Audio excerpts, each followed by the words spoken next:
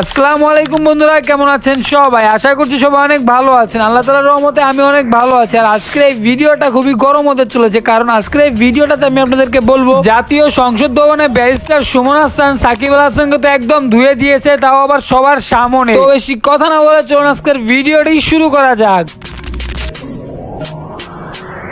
তো বন্ধুরা, আমরা কিন্তু জানি যে সাকিব আল হাসান এবং ব্যারিস্টার সুমনের মধ্যে আগে থেকে কিন্তু একটু ঝগড়া লেগেছিল, কিন্তু সেটা যে জাতীয় সংসদ ভবন পর্যন্ত চলে যাবে সেটা আর কে জানে, আপনারাই বলেন। জাতীয় সংসদ ভবনে একটু কথা কাটাকাটি নিয়ে ব্যারিস্টার সুমন যে সাকিব আল হাসানকে এইভাবে ধুয়ে দিবে সেটা আমরা কল্পনাও করতে পারিনি। তো বেশি দেরি না করে চলুন শুনে আসি ব্যারিস্টার সুমন সাকিব আল হাসানকে সেদিন সংসদ ভবনে কি বলেছিল। সাকিব আল হাসান আমাদের একজন নামি দামি ক্রিকেটার, যার জন্য আমরা গর্ববোধ করি। উনি আমি সেদিন যেদিন সে আমার মারতে আসছিল, আমি কাউরে বলি নাই।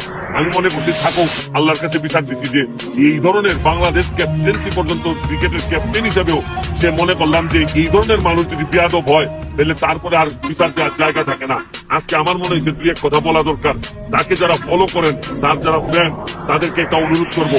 ভাই রে ভাই, সংসদ ভবনে সাকিব আল হাসানের মুখের দিকে তো চাওয়াই যাচ্ছিল না, কারণ তার মুখের যে রিয়াকশন ছিল সেটা দেখে আর কিছু বলার নাই। আর ব্যারিস্টার সুমন ভাই, এইভাবে আপনি সবার সামনে তাকে অপমান না করলেও পারতেন। তো যাই হোক, অনেকে এই ভিডিওটা সোশ্যাল মিডিয়াতে আপলোড করে অনেক রকম গুজব ছড়াচ্ছে। আসল কথা হচ্ছে এই ভিডিওটি হচ্ছে একটি ভুয়া ভিডিও, যেটার মাধ্যমে ব্যারিস্টার সুমন এবং সাকিব আল হাসানের মধ্যে একটা গ্যাঞ্জাম সৃষ্টি করতেছে। আমরা জানি যে কিছুদিন আগে সাকিব আল হাসান ব্যারিস্টার সুমনকে মারতে গিয়েছিল। আমরা জানি যে মানুষ মাত্রই কিন্তু ভুল। ব্যারিস্টার সুমন ভাইয়ের কিন্তু এটা উচিত নয় যে সংসদ ভবনে সবার সামনে সাকিব আল হাসানকে অপমান করাটা। তো আমরা চাই যে ব্যারিস্টার সুমন ভাই এবং সাকিব আল হাসান ভাইয়ের জন্য সবাই আবার একত্রিত হয়ে আবার আমাদের বাংলাদেশটাকে উজ্জ্বল করে তুলে। আসলে এই গ্যাঞ্জাম সৃষ্টির মূল কারণ হচ্ছে কিছু ফালতু নিউজ রিপোর্টার, তারা যা পায় তাই নিয়ে রিপোর্ট করে এবং পাবলিককে বোকা বানিয়ে ভিউজ কামাই করে। তো আপনারা এইসব ভিডিও থেকে দূরে থাকবেন, না হলে বিনা কারণে অনেক রকম গুজব ছড়াবেন আপনারা নিজেই। আমরা জানি ব্যারিস্টার সুমন ভাই কিন্তু অত্যন্ত ভালো মানুষ, তো আমরা দোয়া করি তার জন্য, তিনি যেন সারা জীবন ভালো থাকে এবং সুস্থ থাকে।